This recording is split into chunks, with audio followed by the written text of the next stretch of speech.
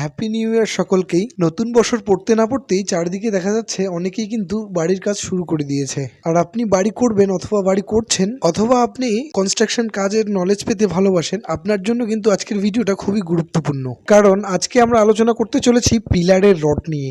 আমরা কিন্তু বাড়ি করার আগে সব থেকে বেশি কনফিউশনে থাকি পিলারের রড নিয়ে, যে আমাদের ফাউন্ডেশন হিসেবে আমরা কত এর কয়টা বার ইউজ করব আমাদের পিলারের ক্ষেত্রে। ভিডিওটি একদম স্কিপ না করে পুরো ভিডিওটি দেখার চেষ্টা করবেন। এই ভিডিওটি দেখার পর কিন্তু আপনার সব রকমের কনফিউশন দূর হয়ে যাবে। আপনি আপনার বাড়ির ফাউন্ডেশন হিসেবে কত এর কত পিস রড ব্যবহার করবেন আপনার বাড়ির পিলারের ক্ষেত্রে। গুড ইভিনিং সকলকে, কেমন আছেন সবাই? আশা করি সকলেই ভালো আছেন। সবকিছু বারবার বাড়িঘর একবার। চ্যানেলটিতে নতুন হয়ে থাকলে অবশ্যই কিন্তু চ্যানেলটিকে সাবস্ক্রাইব করবেন, আর ভিডিওটি ভালো লাগলে অবশ্যই ভিডিওটিকে একটি লাইক করে দেবেন। কারণ এই চ্যানেলে আমি আপলোড করে থাকি এরকম ইনফরমেটিভ ভিডিও, যেসব ভিডিও নিয়মিত দেখতে পারলে কিন্তু একটি বাড়ি বানানোর ক্ষেত্রে যথেষ্ট নলেজ পাবেন। এতদিনে কিন্তু আমরা 4টে 12 এর রড পিলারে ব্যবহার করে একটি ছাদ এবং তার উপরে কিন্তু টিনের ঘর করে এসেছিলাম। আর 2তলা ফাউন্ডেশনের ক্ষেত্রে কিন্তু আমরা ব্যবহার করেছিলাম 6টা 12 আর 3তলা ফাউন্ডেশন করতে হলে আমরা ব্যবহার করতাম 4টে 16 এবং 2টো 12 আর আজকের দিনে কিন্তু সবকিছুই অ্যাডভান্স। তাই আপনাদেরকে পিলারের রড নির্ণয় করার আগে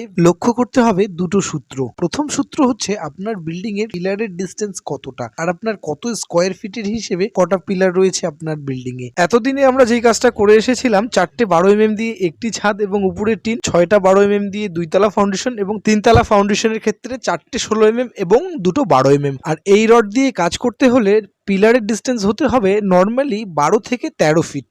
14 ফিটের উপরে গেলে কিন্তু আমাদেরকে প্রপার প্ল্যান করে নিতে হবে, প্রপার ডিজাইন করে নিতে হবে পিলারের। এবং 1000 স্কোয়ার ফিটের একটি ছাদের বাড়ি করতে সেটাতে পিলার হতে হবে মিনিমাম 10টা। আর আজকের দিনে যদি আপনি বাড়ি বানাচ্ছেন সেই ক্ষেত্রে কিন্তু আপনাকে কাজ করতে হবে অ্যাডভান্স। কারণ আজ থেকে 20 বছর আগে যেসব রড দিয়ে কাজ হতো আর আজকের দিনে যেসব রড দিয়ে কাজ হচ্ছে, আপনি যদি কম্পারিজন করেন সেই ক্ষেত্রে কিন্তু দেখতে পারবেন আগের দিনের 10 এর রড এবং আজকের দিনের 12 এর রডের ডায়ামিটার প্রায় একই। আর আগের দিনের তুলনায় বর্তমান দিনে কিন্তু ভূমিকম্পের হারও অনেক বেশি। আর ভূমিকম্পের কারণে আপনার বিল্ডিং এর যাতে কোনো রকমের কোনো ক্ষতি না হয় তার জন্য কিন্তু আমাদের প্লেন বিম এবং ছাদের বিম দুটো বিমই কিন্তু সুন্দরভাবে ডিস্টেন্স হিসেবে আমাদেরকে ডিজাইন করতে হবে। এই ভিডিওগুলোতে কিন্তু ডিটেলসে আমি আলোচনা করেছি প্লেন বিম এবং ছাদের বিম নিয়ে। এই ভিডিওগুলো অবশ্যই দেখে নেবেন। আজকের দিনে ভূমিকম্প রোধিত একটি বাড়ি করতে হলে আপনাকে কিন্তু পিলারে ব্যবহার করতে হবে মিনিমাম 6টা 16 এর চেয়ে নিচে 3তলা ফাউন্ডেশনের ক্ষেত্রে রড কিন্তু কোনোভাবেও ব্যবহার করা চলবে না। আর 2তলা ফাউন্ডেশনের ক্ষেত্রে আমাদের কিন্তু ব্যবহার করতে হবে 4টে 16 এবং সাথে 2টো 12 তাহলেই কিন্তু আমরা দুটো ছাদ করেও উপরে টিন দিয়ে ঘর করতে পারবো। আর আমরা যদি একটি ছাদের বাড়ি করবো চিন্তা ভাবনা করছি, সেক্ষেত্রে কিন্তু অবশ্যই আমরা 4টে 12 এর ব্যবহার করব।